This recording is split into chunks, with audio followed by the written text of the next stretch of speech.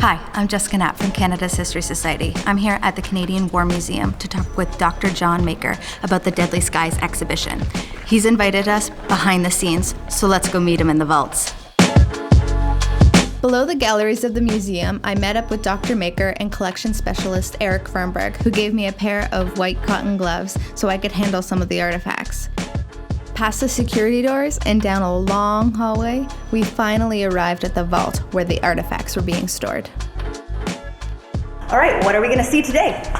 Well, we're in the vault, and we're going to look at some of the artifacts that are up here in the Deadly Skies exhibition.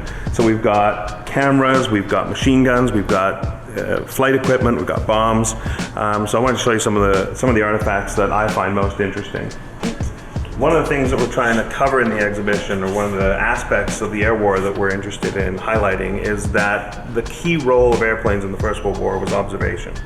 By that I mean taking photographs of enemy positions. And one of the most sort of key tools for observers was a camera just like this one here.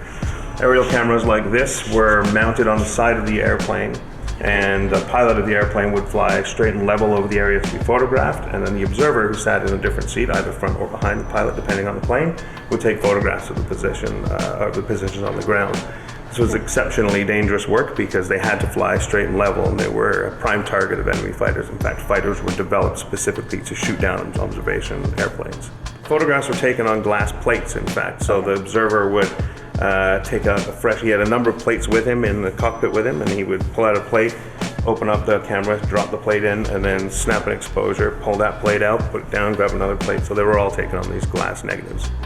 Mm-hmm. That sounds like very fragile work to be doing in an airplane. Yes, while being attacked by other airplanes. Yeah. Another one of our artifacts I'd like to show you is another type of camera.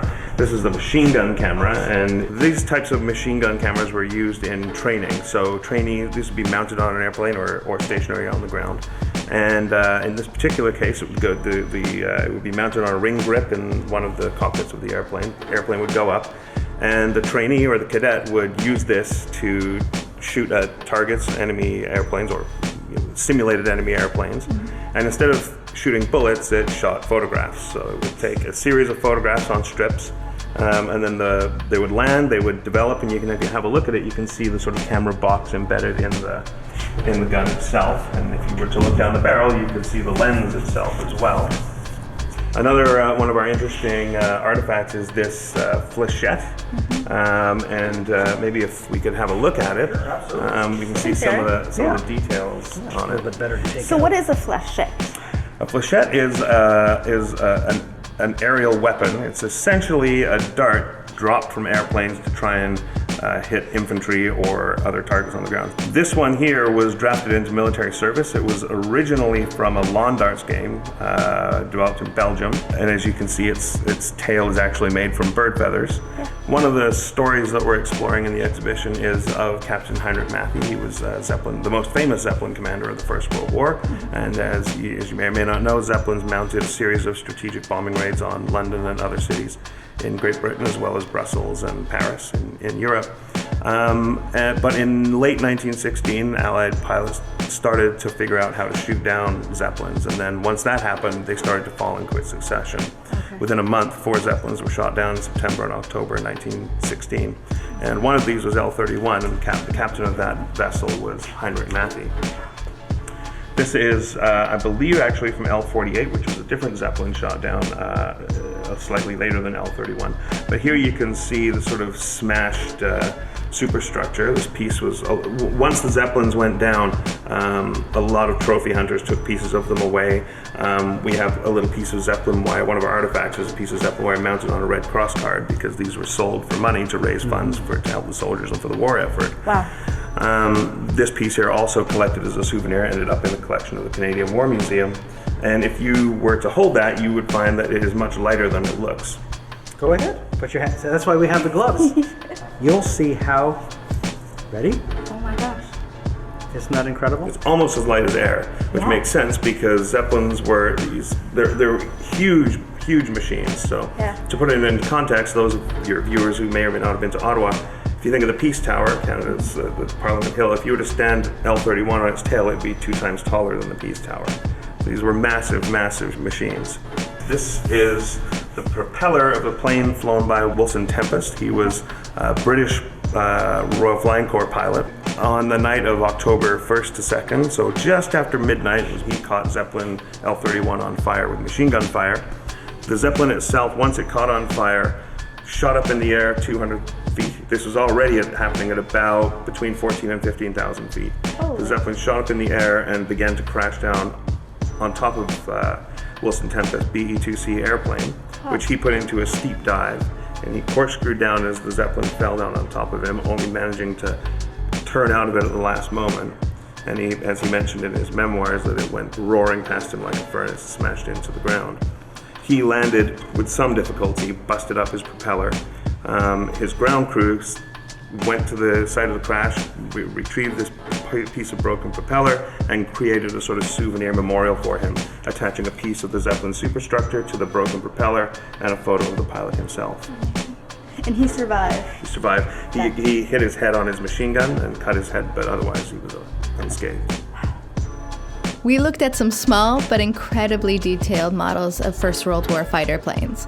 While the actual planes would have been built in Britain, Canada played an important role supplying raw materials for their manufacture. There was also a factory in Canada that produced the Curtiss Jenny, a plane that was widely used in the training of Canadian pilots. So who was building these? Well, in the case of Canada, in the Canada Airplanes Limited, that was one of the places where women were employed in the factory. So there are photos inside Canada Airplanes factory where you can see women doping the wings, which means that the wings had sort of a fabric put on them, and then they were doped with a stiffening agent, and then when that dried, the fabric would tighten up on the ribbing of the airplane. They worked as sailmakers, as they called them, which essentially is they would sew the fabric that went over the wings.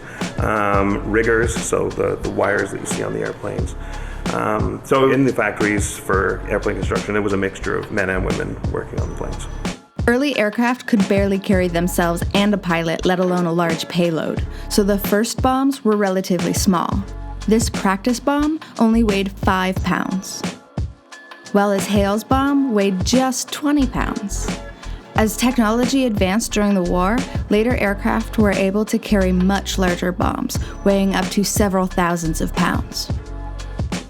Of course, bombs were not the only weapons carried by First World War aircraft.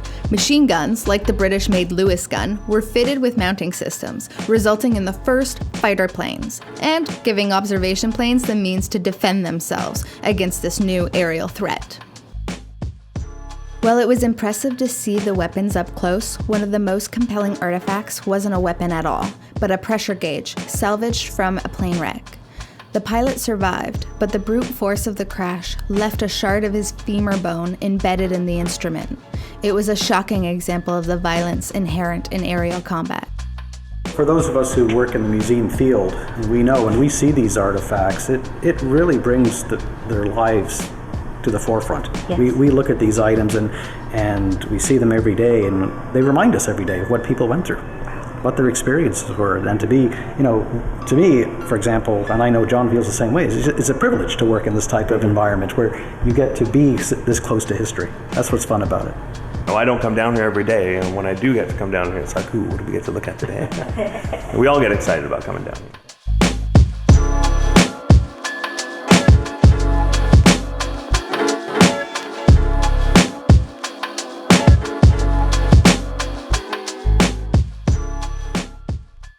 Wow. Yeah. Sorry. These things can have that effect. Yeah, I think it's an appropriate reaction to seeing somebody's femur bone in a pressure gauge. Yeah.